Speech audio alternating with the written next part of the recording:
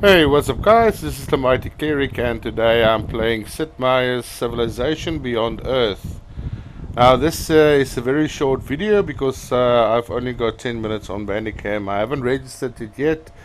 Still want to see if it works better than what I'm using currently, which is Movavi, which I'm having trouble with apparently because of DirectX problems. So bear with me, this is not going to be a long video, and it's going to be just in the beginning how you choose your starting position. So I've been looking forward to this game for a very long time, and I've played every single Civilization game that ever came out. And this one was a bit different. There was a lot of reviews that people didn't like it so much as the previous ones. But like I always say, the first time a game comes out, there's a lot of stuff that people don't like. That's why there's mods and that's why there's updates. So let's start it, and I'm playing it on the easiest level because everything in this game is very new to me. It's always easier to get into Civilization games previously because it was all about history, and most of us know a lot about history, or at least know things like grain and the pyramids and the Hanging Gardens and the Wall of China. This being in space, though, it's all going to be new terrain and all going to be new functions. So I'm playing the game on easy just to see how it works, because the combat system apparently is a little bit difficult in the start, and I don't want to be overwhelmed just yet because I want to check it out. I'm also choosing a very big map, or a large map, because I want to give myself as much time as possible before I have to meet any other civilizations or any other competitors, as to speak.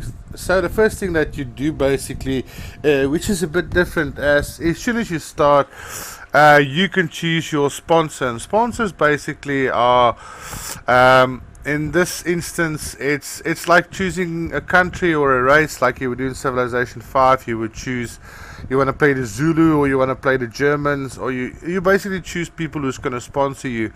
And it's basically built or divided into different races. At the bottom you've got the African race, which gives you 10 plus food if you're in health plus 1.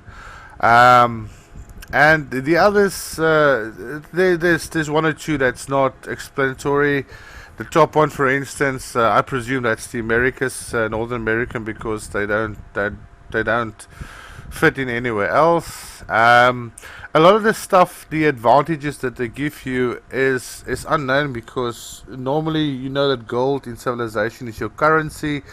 But in this game, it appears to be energy. I've only played it for about 3 hours, so I'm quite new. A lot of these things like virtues, it doesn't make sense. At least food, I know what it is, so I'm probably going to choose the bottom one. And this is quite interesting. This is quite a different setup. I mean, obviously, looking at the past, things are known. Looking at a game that's based in future and based in space, you're gonna get stuff that you don't know a lot about. So let me see that one. That looks like the Americans.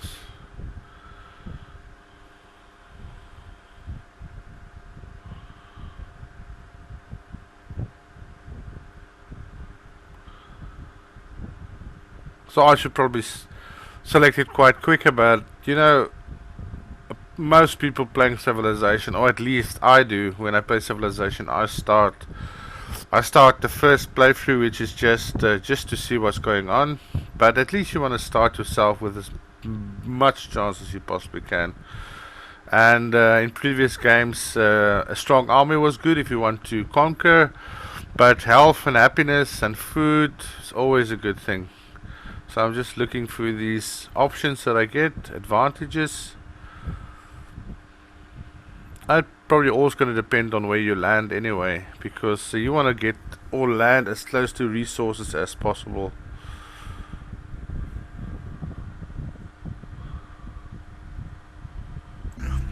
Okay, here the second option, you choose your colonist, actually the people who's going to be on the ship that's going to the new planet. And you've got from artist at the bottom to it looks like engineers, and you've got scholars, and you've got refugees. So this is basically to say that I would have thought they would have sent a ship with a mixture of certain people, but if you go back, you see that the African has got to do with food, and the refugees basically also adds that. So this is important to go back to, so that these two can actually either boost each other or can compromise or enhance one of your abilities. So this is quite interesting. This is very, very interesting. The third part of the options is choose a spacecraft. So here you can basically choose whether you want a spacecraft that is going to give you advantages of seeing all the oceans, one that's going to increase your thrusters so you can see basically a bigger area that you can explore or see, and one is going to show you nests. So because you don't really know what you're choosing for, I'm just gonna start the thrusters. So let's choose that one. The fourth one that you choose is choosing your cargo. So this is the stuff that you actually bring from Earth. So I would love to bring a storage full of beef jerky, McDonald's burgers, and some plants to make you feel happy, and something to drink that also makes you feel very happy. But obviously I've got only these choices. But at the bottom there's space for maybe some mods later on, or maybe some extra additions if to make your choices a little bit more. So you can choose between you want an extra soldier unit, or want to get an engineer, or maybe getting some more energy for your starting point. So this is a very, very interesting starting point or intro to the game. I think I'm going for the engineer, or the worker basically. And the last option, the fifth one, is basically you're going to choose the type of planet you want to play. Normally when you play civilization games, you choose whether you want to play on big continents, one big continent, or a lot of small continents and a lot of ocean. So this is basically adapting to the style of play that you want to play with, or you can choose one randomly if you would choose that. I am the Advanced Integration and Simulation Resource, or Advisor. I am equipped to introduce you to the basic systems that will guide your development on this new planet. Additionally, I can provide strategic advice based on situations you encounter.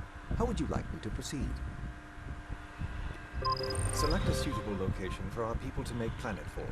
This will be the... Okay, this basically is how the first landing looks, and you can see there's cracks in the earth. It looks very, very different from civilization games, apart from the hexagons. There's a river which seems to be like, you don't know if it's water or if it's acid. And there your spaceship lands, and the fun starts.